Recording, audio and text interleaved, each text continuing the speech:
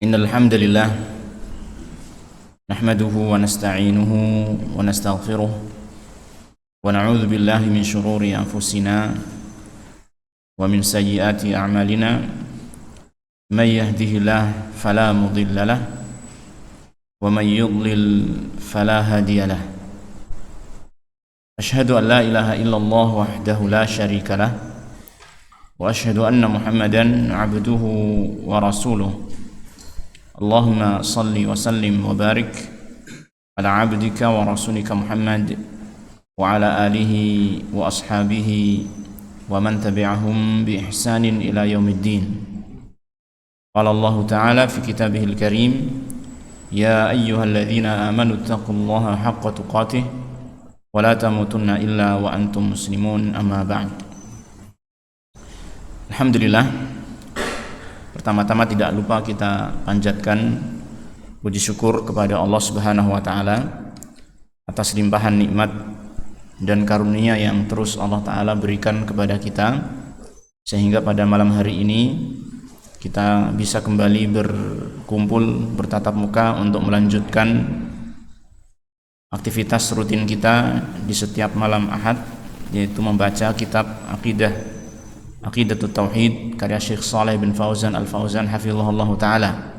Mudah-mudahan apa yang kita lakukan dalam aktivitas rutin ini menjadi manfaat yang besar bagi kita semua dalam agama kita dan akhirat kita, dan mudah-mudahan Allah Ta'ala memberikan taufik kepada kita untuk mengamalkan amal yang saleh berdasarkan akidah tauhid, dan semoga Allah memberikan keistiqomahan kepada kita semua, amin ya rabbal alamin.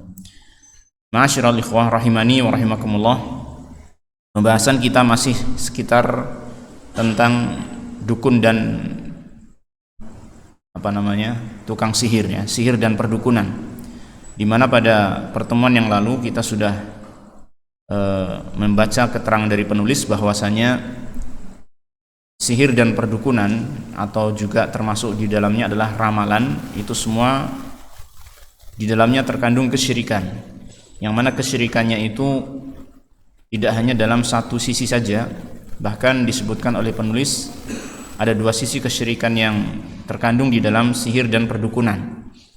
Yang pertama adalah sihir di dalam hal uluhiyahnya Allah Tabaraka wa Ta'ala, ya, yaitu karena di dalam praktek perdukunan dan sihir itu terjadi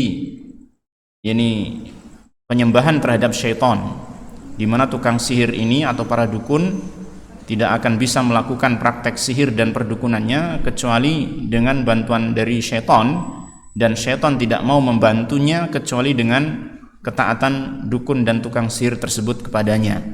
Nah, ketaatan inilah yang hakikatnya adalah kesyirikan kepada Allah Subhanahu wa taala, yaitu syirik dalam hal uluhiyah, juga syirik dalam hal rububiyah, ya, syirik dalam hal rububiyah, di mana dalam perbuatan sihir dan perdukunan ini para tukang sihir dan dukun ini mereka mengklaim diri mereka itu mengetahui perkara yang gaib, sedangkan kita ketahui mengetahui perkara yang gaib merupakan sifat khusus milik siapa? Allah Subhanahu wa taala. Maka di situ kita memahami bahwasanya sihir dan perdukunan terdapat di dalamnya kesyirikan dalam hal rububiyah, dalam hal sifat-sifat Allah Subhanahu wa taala. Ya. Kemudian ma'asyiral ikhwah rahimani wa rahimakumullah, di sini penulis yaitu Syekh Shalih Al-Fauzan hafizahullah taala ingin menyadarkan kita semua, ya, bahwa sesungguhnya apa yang dilakukan oleh para dukun dan tukang sihir itu, di mana mereka seakan-akan adalah orang-orang yang hebat, di mana mereka memiliki kelebihan-kelebihan, ya, perkara-perkara yang luar biasa yang bahkan sebagian orang memandangnya sebagai karomah, maka hendaknya kita sadar, ya. Syekh di sini memberikan pencerahan kepada kita bahwasanya mereka hakikatnya adalah para penipu. Dukun dan tukang sihir itu hakikatnya mereka adalah para penipu, ya. Maka di sini beliau mengatakan, wa mimma yajibu at-tanbihu alaihi wa tanabbuhu lahu, di antara perkara yang wajib untuk diingatkan dan diperhatikan, annas saharata wal kuhana wal arrafin ya'bathuna bi aqaidil nas, bahwasanya para tukang sihir, para dukun dan tukang ramal, ya, mereka semua itu sebenarnya mereka mempermainkan akidah manusia. Mereka mempermainkan akidah manusia. Bihaitsu yadhharuna bimadharil atibba fayamuruna al-marda bidzabhi li ghairillah. Ya. Bi ayadhbahu kharufan sifatuhu kadza wa kadza aw dajajatan aw yaktubuna lahum at-talasim asyirkiyata wa ta'awidha asyaitaniyah bi sifati huruzin yu'alliqunaha fi riqabihim aw yad'unaha fi sanadiqihim aw fi buyutihim. Yaitu mereka itu yadhharun, menampakkan diri bimadharil atibba. Mereka menampakkan diri mereka seakan-akan mereka adalah para tabib, ahli kesehatan, ahli pengobatan dan seterusnya. Ya, mungkin banyak orang menyebutnya ahli pengobatan apa? Alternatif gitu ya. Tapi alternatifnya ini ternyata alternatif yang apa? Menyimpang, bukan alternatif yang dihalalkan dalam Islam. Ya. Bagaimana menyimpangnya? Kita lihat di sini fayamurunal marda. Mereka memerintahkan kepada orang-orang yang sakit bidzabhi li ghairillah. Untuk apa? Menyembelih yang ditujukan sembelihannya itu kepada selain Allah. Nah, inilah yang bermasalah di sini. Ya, mereka mengaku diri mereka sebagai ahli pengobatan tradisional ataupun ahli pengobatan alternatif, tetapi malah apa? Memerintahkan pasien-pasiennya untuk melakukan kesyirikan-kesyirikan. Di antaranya ini, menyembelih binatang sembelihan yang ditujukan kepada selain Allah. Ya, ini merupakan kesyirikan yang nyata, karena sebagaimana kita tahu bahwasanya Allah Ta'ala mengatakan, "Qul inna salati wa nusuki wa mahyaya wa mamati lillahi rabbil alamin." Katakanlah bahwasanya salatku, nusukku, nusuk di sini di sebagian tafsiran menyebutkan dia adalah sembelihanku, ya. Katakanlah bahwasanya salatku, sembelihanku, hidup dan matiku semuanya adalah untuk Allah. Menunjukkan bahwasanya sembelihan, penyembelihan, adzabhu, ya, itu merupakan salah satu ibadah yang tentunya dia harus ditujukan kepada Allah Subhanahu wa taala. Ya. Jadi ketika mereka ini para dukun, ya, memerintahkan pasien-pasiennya untuk memerintahkan saya ulangi, para dukun itu memerintahkan pasien-pasiennya untuk menyembelih binatang sembelihan yang tentunya ditujukan kepada selain Allah, maka ini hakikatnya adalah kesyirikan, ya. Bi ayyadbahu kharufan sifatuhu kadza wa kadza. Di mana mereka memerintah para pasiennya itu untuk menyembelih misalnya di sini disebutkan kharuf. Ini seekor kambing, ya, yang sifatnya demikian-demikian, ya. Tidak terima sembarang kambing, harus sifat yang tertentu dengan sifat yang kambing yang memiliki sifat tertentu, tidak boleh sembarangan. Au dajajah, atau mungkin memerintahkan untuk menyembelih apa? Ayam. Yang biasanya yang terkenal biasanya apa? Ayam yang warnanya hitam, ya kan? Cemani, ya. Kulitnya hitam, darahnya juga ada enggak yang darahnya hitam? Wa au yaktubuna lahumut talasim asyirkiyah, atau mereka menuliskan untuk pasiennya yaitu talasim asyirkiyah, yaitu mantra-mantra syirik, ya, wa ta'awidz syaitaniyah, atau ta'awidz itu maknanya adalah doa-doa mantra, sama dengan mantra-mantra juga, ya. Ini doa-doa perlindungan yang berasal dari syaitan atau meminta perlindungan kepada syaitan. Pokoknya intinya adalah menuliskan kalimat-kalimat yang mengandung kesyirikan, atau minimalnya dia adalah kalimat-kalimat yang enggak jelas, seperti raja-raja yang mungkin kita pernah melihatnya, yang itu tidak tahu maknanya apa, yang itu tentunya berasal dari syaitan, ya, yang tentunya itu juga berpotensi besar mengandung kesyirikan karena kita nggak tahu, ya kan. Bisifati huruzin yu'alliqunaha fi riqabihim, di mana kadang juga dijadikan sebagai semacam jimat-jimat yang digantungkan pada leher-leher mereka, au yad'unaha fi sanadiqihim, atau mereka letakkan hal itu di kotak-kotak penyimpanan mereka, au fi buyutihim, atau di rumah-rumah mereka. Intinya adalah apa? Ini perbuatan para dukun seperti ini, ya. Kadang ada pasien datang, ya, kemudian dikasih sesuatu, ini kamu harus letakkan di rumah kamu seperti yang di sebelah pojokan sana, biar kamu terlindung dari penyakit ini, ya. Yang seperti ini adalah perbuatannya syaitan, ya. Jadi mereka itu bukan betul-betul ahli pengobatan alternatif, tapi mereka adalah orang-orang yang mempermainkan apa? Akidah kaum muslimin, mempermainkan akidah umat. bahkan mereka merusaknya karena mereka mengajak manusia untuk berbuat syirik kepada Allah Subhanahu wa taala. Jadi mereka itu penipu. Para dukun yang katanya mereka itu bisa menyembuhkan, jangan dipercaya. Ya, jangan dipercaya. Taib. Wal ba'dul akhar, sebagian yang lain, yadhharu bimadhharil mukhbiri 'anil mughayyabat wa amakinil asya'il mafqudah. Sebagian yang lain mereka menampakkan diri seakan-akan mereka adalah orang yang mampu untuk mengabarkan perkara-perkara gaib. Ya. Oh, kamu nanti nasibmu pada pekan ini akan demikian dan demikian. Ya, kamu kalau misalkan pergi pada hari Selasa Pahing misalkan, kamu akan celaka. Oh, nanti kamu kalau misalkan hajatmu, pernikahanmu dilakukan di hari hitungannya sekian dan sekian, itu akan berbahaya. Nah, ini seakan-akan dianggap sebagai orang pintar, ya kan? Orang pintar, tukang ramal yang bisa mengetahui perkara-perkara gaib. Oh, kalau kamu melakukan ini akan terjadi demikian dan demikian nanti ke depannya. Ya. Atau dia mengabarkan tentang amakinil asya al-mafqudah.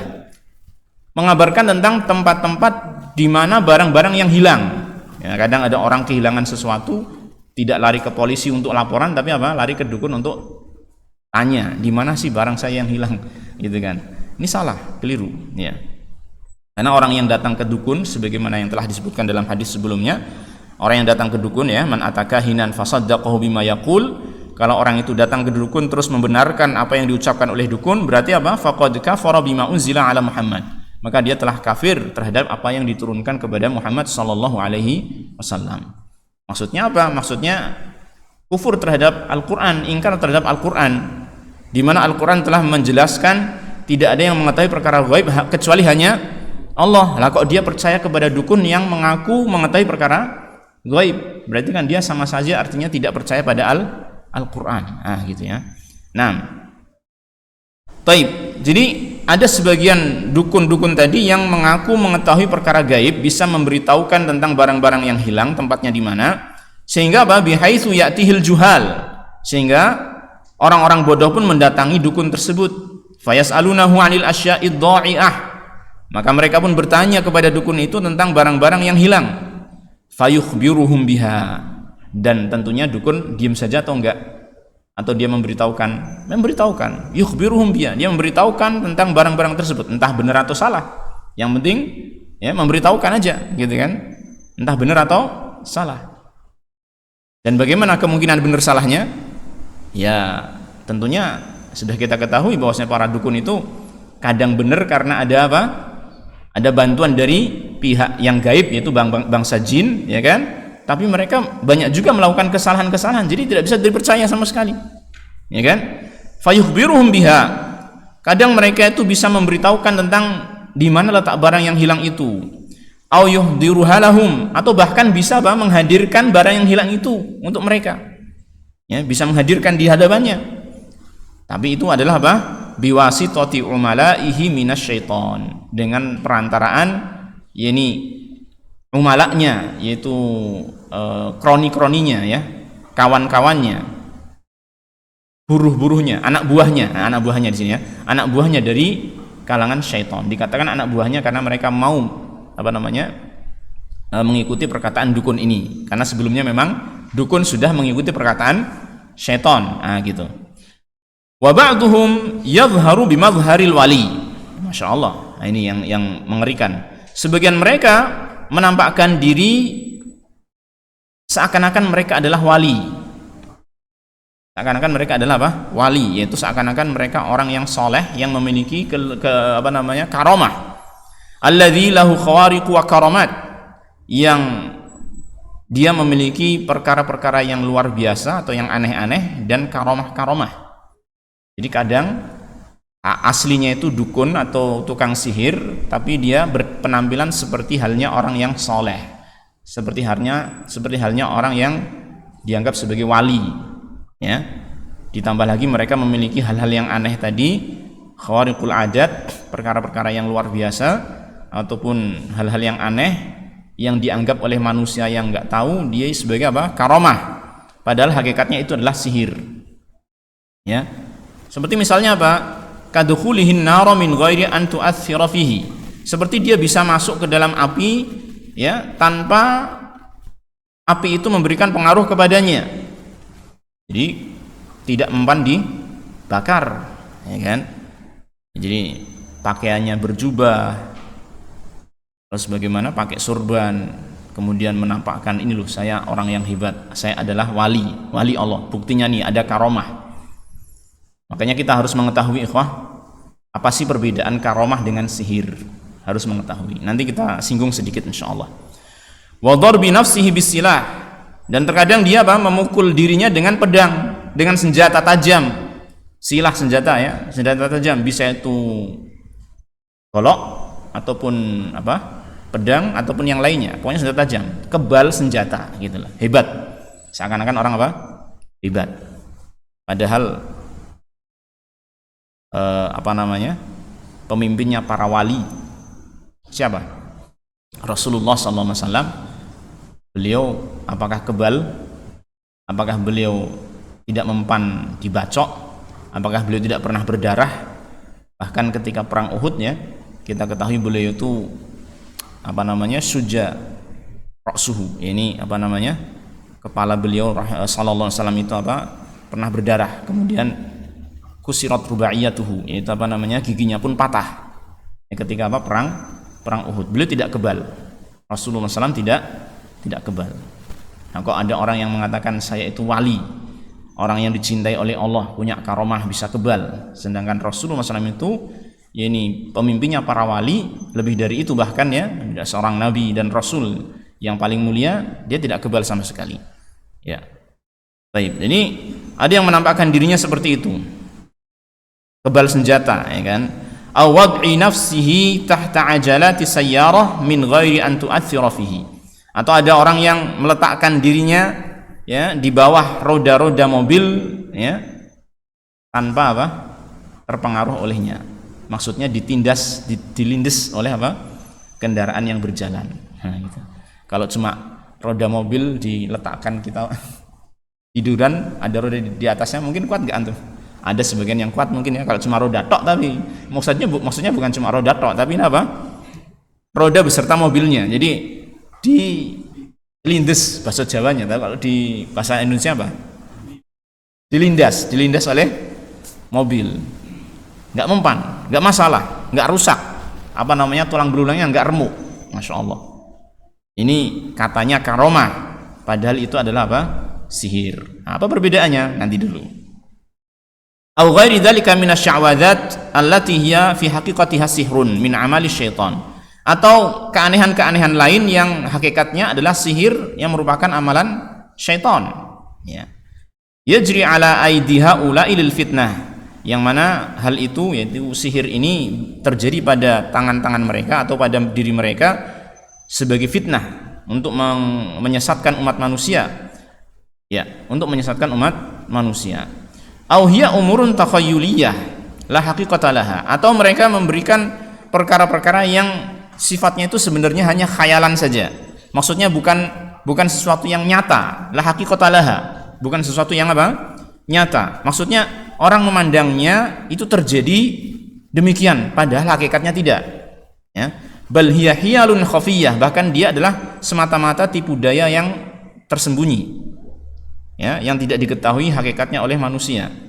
Yata'atawnaha amamal anzar, yang mereka lakukan ya, tipu daya tersebut, khayalan tersebut di hadapan pandangan manusia.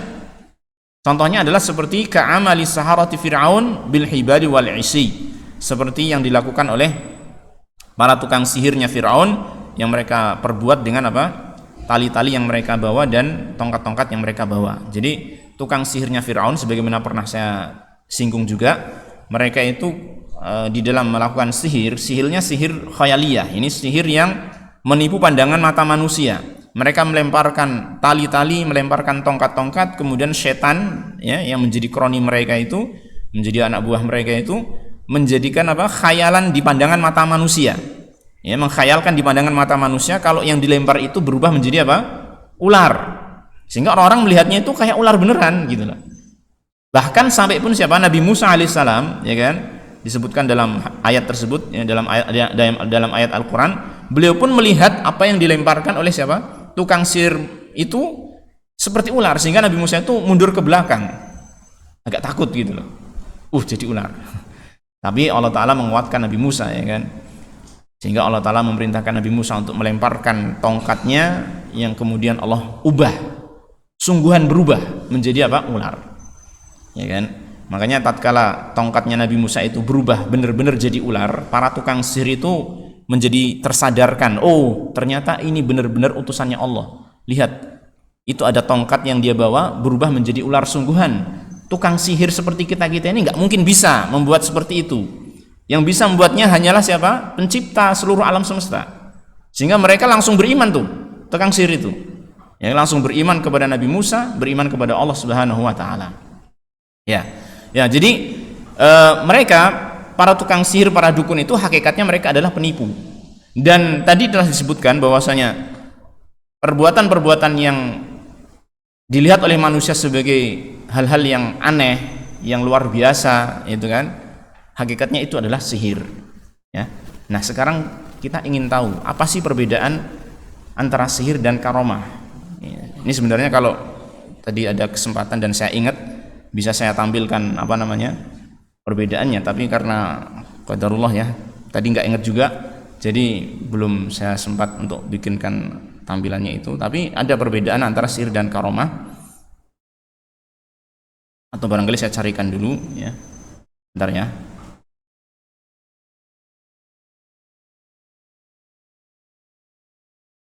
Lamaan nggak ya? Sihir dan karomah.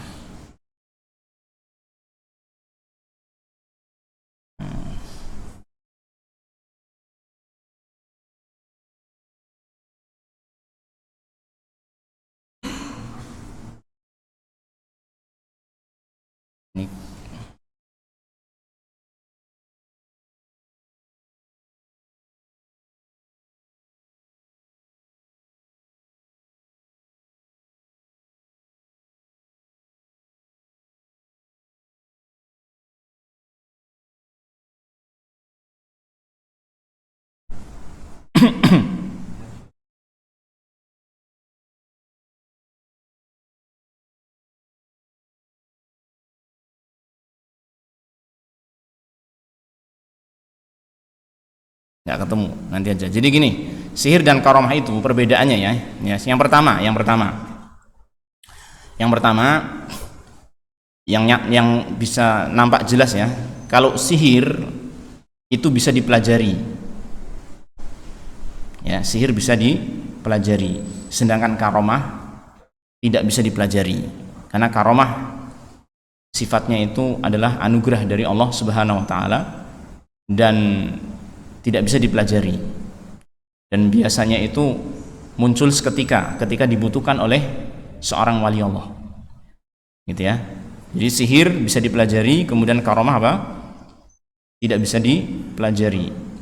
Seringnya muncul seketika ketika ketika ada seorang wali yang membutuhkan bantuan dari Allah Subhanahu wa taala. Kemudian yang kedua, sihir itu akan melemah ketika ada zikir-zikir kepada Allah Ta'ala, ketika ada zikir kepada Allah Subhanahu wa Ta'ala. Adapun karomah maka tidak demikian, ya. Jadi sihir akan melemah ketika ada zikir kepada Allah Subhanahu wa Ta'ala, sedangkan karomah maka tidak demikian. Kemudian sihir itu akan menyebabkan orang yang memilikinya itu merasa sombong, ya, merasa hebat. Tapi kalau karomah akan menjadikan pemiliknya itu tawadhu. Dia tidak akan merasa dirinya sombong, karena nggak mungkin Allah Ta'ala memberikan karomah kepada seseorang yang tidak pantas untuk memilikinya, ya. Ya. Di karomah Allah Ta'ala adakan bagi wali-wali Allah yang mereka adalah orang yang bertakwa, beriman dan bertakwa. Jadi karomah itu Allah berikan kepada wali-wali Allah Ta'ala, artinya mereka yang beriman dan bertakwa. Adapun sihir, maka dia dilakukan oleh orang-orang yang ahli maksiat, ya, orang-orang yang fajir, bahkan orang-orang yang melakukan kesyirikan-kesyirikan dan kekufuran-kekufuran. Ya. Sehingga nggak mungkin orang yang melakukan kesyirikan-kesyirikan itu memiliki karomah, itu nggak mungkin, karena karomah itu hanya Allah berikan sebagai anugerah untuk orang-orang yang menjadi wali Allah, yaitu orang yang beriman dan bertakwa kepada Allah Subhanahu wa taala. Ya. Itu karomah. Dan karomah itu, ya kan, seringkali Allah taala wujudkan ketika memang dibutuhkan oleh wali Allah. Ketika dibutuhkan oleh seseorang yang memang Allah cintai, ya. Baik. Itu barangkali beberapa perbedaan yang berkaitan dengan sihir dan karomah. Dan perlu kita ketahui juga, ketika para ulama membahas tentang karomah, kita sebagai Ahlus Sunnah wal Jamaah meyakini adanya karomah, betul. Karomah itu adanya, betul. Ya, betul-betul ada.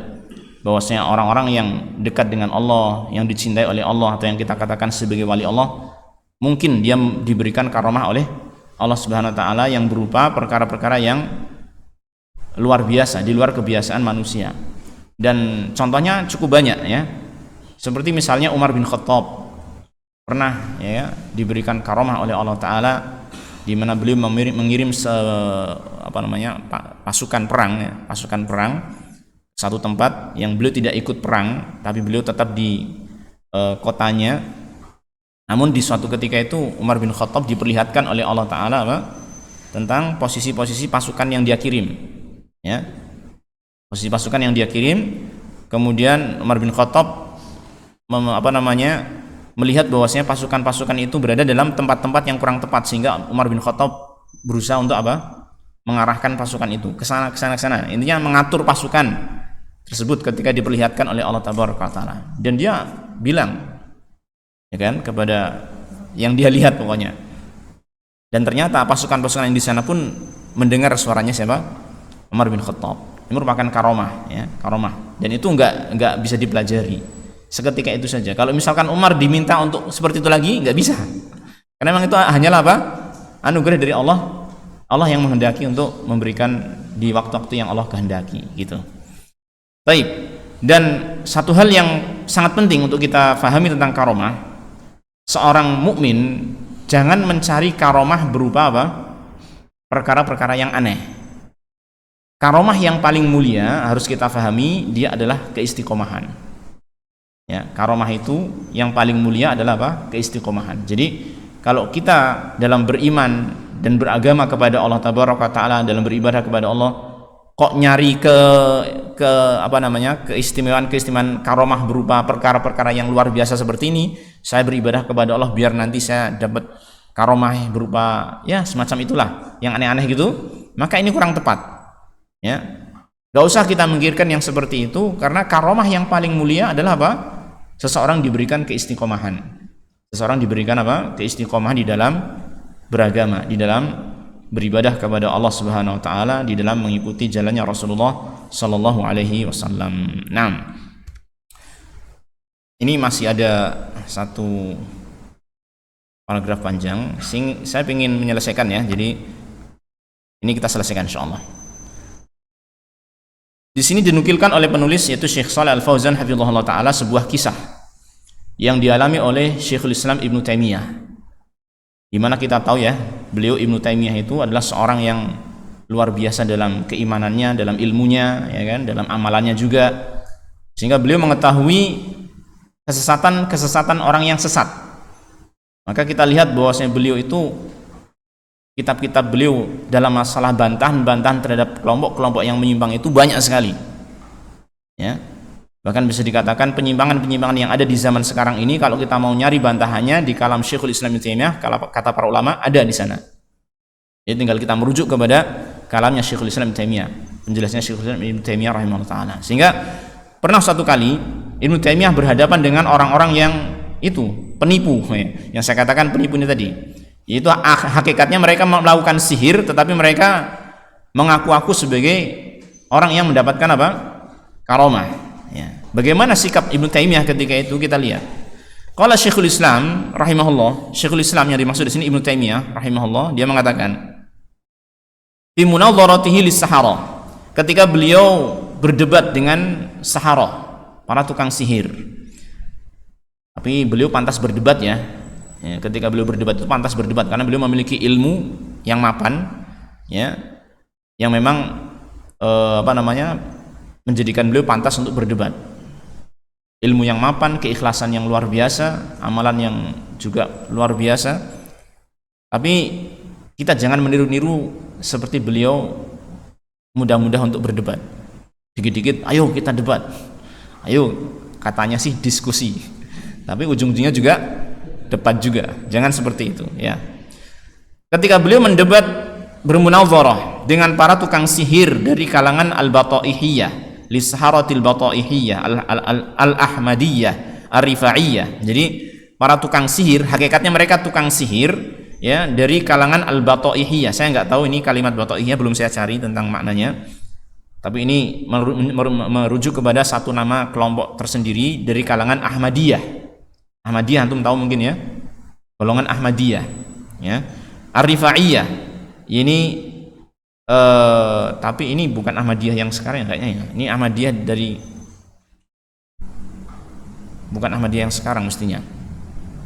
Tapi ini nama salah satu tarekat saja, salah satu tarekat yang diikuti oleh manusia. Ar-rifaiyah.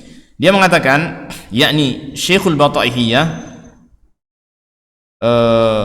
wa rafa'a sautahu, ini orang dari Bataihiyah tadi, pemimpinnya, dia mengatakan dengan mengangkat suaranya, nahnu lana ahwalun wa kadza wa kadza.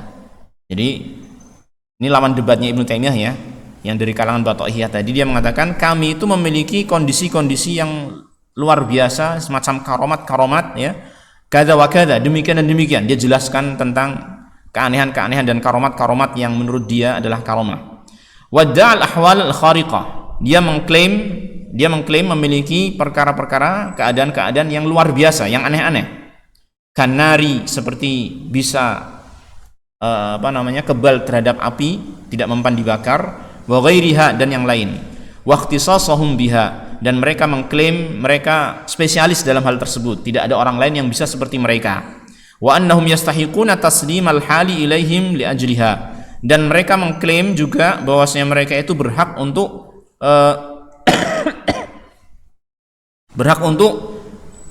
diserahkan urusan kepada mereka karena mereka memiliki keistimewaan menurut mereka ini tadi. Jadi mereka menganggap diri mereka itu adalah orang-orang yang hebat, punya karomah demikian sehingga mereka minta diberi urusan-urusan, diserahi urusan-urusan kepada mereka. Mungkin minta jabatan atau Allah alam.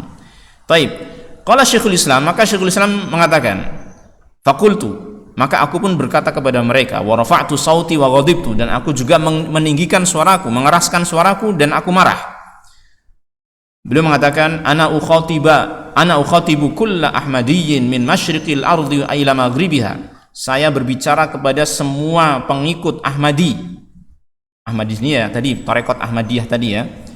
Baik dari penjuru bumi yang timur sampai ke barat, semuanya aku sampaikan hal ini. Ayya syai'in fa'aluhu finnar fa ana asna'u mithla ma tasna'un.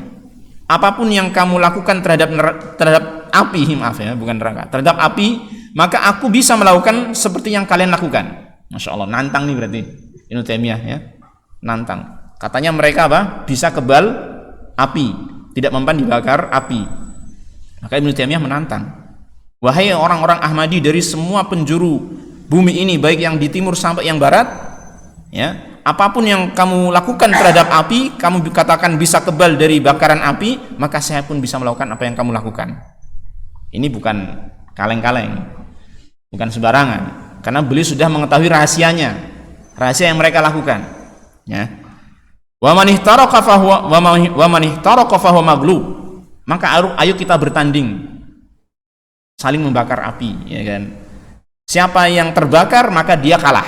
Masya Allah. Warubama qultu, dan bisa jadi aku mengatakan ketika itu fa alaihi la'natullah, yang terbakar maka dia berhak mendapatkan laknat Allah Ta'ala. Nah, lalu beliau menyampaikan ini nih kuncinya di sini. Walakin ba'da an naghsila jusumana bil khalli wal ma'il har. Tapi dengan syarat apa? Setelah kita semua, kamu dan saya yang bertanding di sini, ya kan? Setelah apa? Mandi, mencuci tubuh kita dengan cuka dan air yang hangat. Nah, ini ada kuncinya nih. Karena apa? Mereka itu ketika mengklaim bisa kebal dari bakaran api karena mereka melumuri tubuh mereka dengan cairan-cairan tertentu yang itu akan bersih ketika apa? Dicuci dengan ini, cuka dan air hangat, kan gitu. Fas'alanil umara wan nas an dzalik. Maka orang-orang para pemimpin dan orang-orang pun bertanya kepadaku tentang hal itu. Kenapa kok syaratnya seperti ini? Maka beliau mengatakan, fakultu, aku jawab kepada mereka, li'anna lahum hiyalan fil ittisali binar. Karena mereka itu sesungguhnya memiliki tipu daya di dalam mereka berinteraksi dengan apa? Api, sehingga mereka itu katanya kebal, ya. Yasna'unaha min asya' min duhnid dhafadi' wa qishrin naranj, ya, wa hajarit talq. Ini mereka membuat sesuatu campuran, ya, sesuatu materi dari lemaknya, minyaknya kodok, ya, katak, dan juga dari kulit naranj. Saya tadi cari artinya itu jeruk pahit. Ada jeruk pahit? Saya nggak tahu. Wa hajarit talq, batu talak. Batu talak itu apa ya? Ada yang menyebutkan batu sabun. Wallahu a'lam. Ini pokoknya saya nggak tahu tentang benda-benda ini hakikatnya seperti apa, tapi ini disampaikan oleh beliau Ibnu Taimiyah. Inilah benda-benda yang mereka gunakan, ya, yang mereka ramuan-ramuan yang mereka gunakan untuk melumuri tubuh mereka sehingga mereka itu kebal dari api. Fadajjan nasu bidzalik. Maka orang-orang pun mereka gemuruh, mereka ramai ketika Ibnu Taimiyah menyampaikan rahasia dari apa yang dilakukan oleh mereka. Fa akhadha yuzhirul qudrata ala dzalik. Faqal ana wa anta fi bariyatin ba'da an tutla jusumuna bil kibrit. Ya. Lalu kemudian fa akhadha yuzhirul qudrata ala dzalik. Ini orang yang ditantang oleh Syekhul Islam Taimiyah, yaitu orang dari Ahmadiyah tadi, ya, dari Syekhul Bataihiyah tadi. Dia seakan-akan menampakkan masih mampu untuk melakukan hal tersebut. Ayo, saya berani, gitu kan.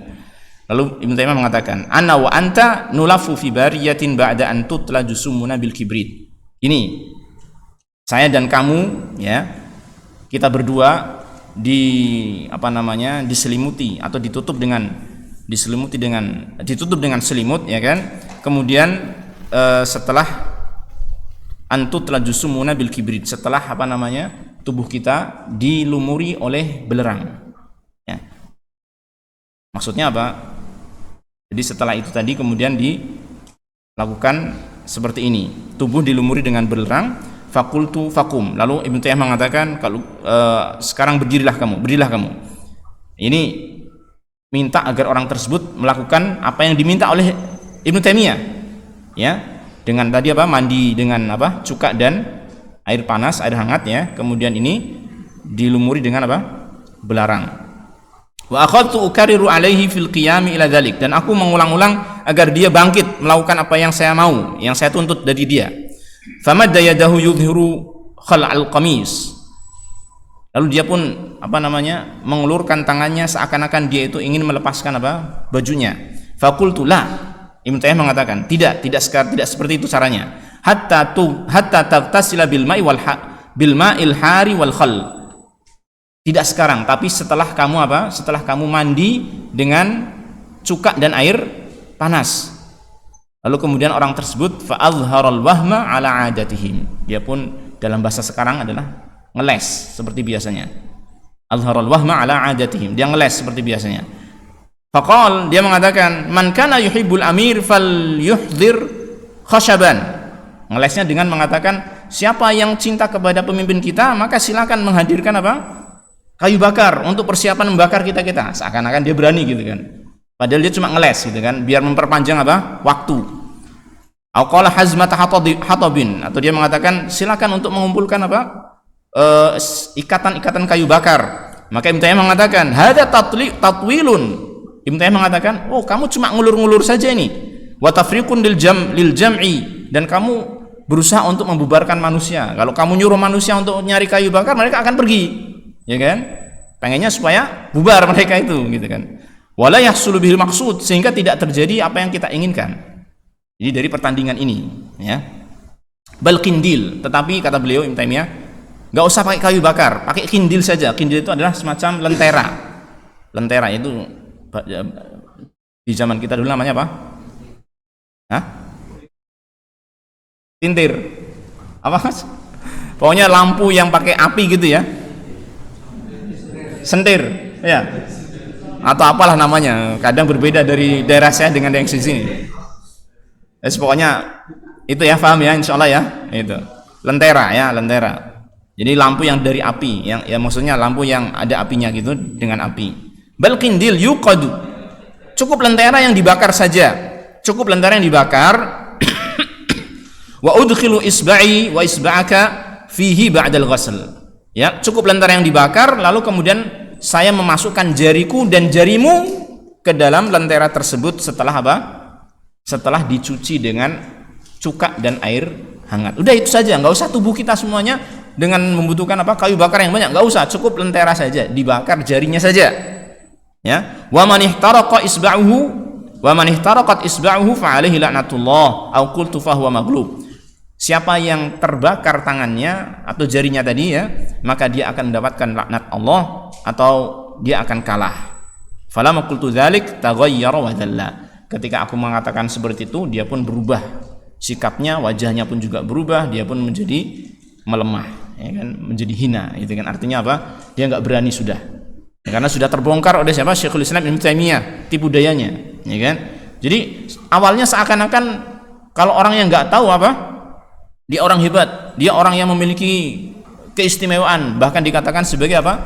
Karomah. Ternyata dia adalah merupakan tipu daya saja, ya kan? Nah, wal maqsudu minhu, maksud yang diinginkan oleh Syekh Shalih Al Fauzan di sini dari menyampaikan pemaparan ini adalah bayanu anna haula'id dajjalina yakdzibuna 'alan nas, menjelaskan bahwasanya para dajjal-dajjal itu, yaitu orang-orang yang hakikatnya adalah para dukun, tukang sihir, baik dengan penampilan sebagai ahli kesehatan alternatif atau sebagai apa tadi? Yang kedua, tukang ramal, atau yang ketiga apa? Para wali, ya kan? Mereka semua yakdzibuna 'alan nas. Mereka semua berdusta pada manusia. Bimithli hadzal hiyalil khafiyyah. Seperti contoh yang disebutkan di sini, tipu daya yang sangat tersembunyi ini. Kajarrihi sayyarati bi sya'rihi. Contoh yang lain adalah apa? Seperti ada orang yang mampu untuk menarik mobil dengan rambutnya. Hebat. Pernah lihat antum ya? Rambut katanya. Ya, mungkin itu mobilnya ada yang dorong, antum nggak lihat. Ya. Siapa yang dorong? Ya jin, bisa jadi kan? Jin kan antum nggak lihat kan gitu. Wa ilqaihi nafsahu tahta ajalatiha, dan ada lagi yang contohnya apa? Melemparkan dirinya di bawah apa tadi, roda-roda mobil tersebut tanpa ini terpengaruh oleh mobil-mobil apa namanya, roda mobil tersebut. Yani tidak terluka intinya. Wa idkhalihi asyakhal hadidi fi ainaihi, atau memasukkan apa? Memasukkan jari besi-besi yang batangan besi-besi yang tajam ya ke dalam matanya, kedua matanya, nggak mempan ternyata, ditusuk-tusuk gitu, ya kan? Ini contoh saja, contoh-contoh yang mereka lakukan, yang itu semua adalah ila ghairi dzalika, dan selainnya minasya'wadzatil al-syaitaniyah, di antara keanehan-keanehan yang berasal dari syaitan. Ini semuanya adalah tipuan mereka untuk mengelabuhi manusia, sehingga manusia merasa takjub terhadap mereka, dan akhirnya mereka mampu membawa manusia kepada kesesatan-kesesatan, mengajak manusia untuk berbuat syirik dan kekufuran. Ya, makanya ini harus kita waspadai dan harus kita fahami ya. Jadi perkara-perkara ini bagi masyarakat umum mereka belum tahu. Ya, sehingga mereka masih menganggap itu adalah sebuah hal yang biasa-biasa. Buktinya ketika ada semacam perguruan yang mengajarkan tenaga dalam, padahal itu hakikatnya adalah apa? Sihir, banyak yang mengikutinya, ya kan? Padahal itu hakikatnya adalah sihir dan seterusnya, ya. Tapi barangkali ini ikhwah yang dirahmati Allah Subhanahu wa taala yang bisa kita pelajari di malam hari ini, dan mohon maaf saya ambil waktunya cukup banyak ya. Nanti insyaallah pada kesempatan berikutnya kita akan masuk pada pasal yang ketiga berkaitan dengan taqdimul qarabin wan nuzur wal hadaya lil mazarat wal qubur wa ta'zimuha. berkaitan dengan masalah kesyirikan-kesyirikan yang terjadi di kuburan. Ya, nanti insyaallah kita akan pelajari penjelasan dari penulis di sini. Kita cukupkan wassallallahu wasallam ala nabiyyina Muhammadin wa ala alihi wa sahbihi ajma'in wa akhiru da'wana alhamdulillahi rabbil alamin.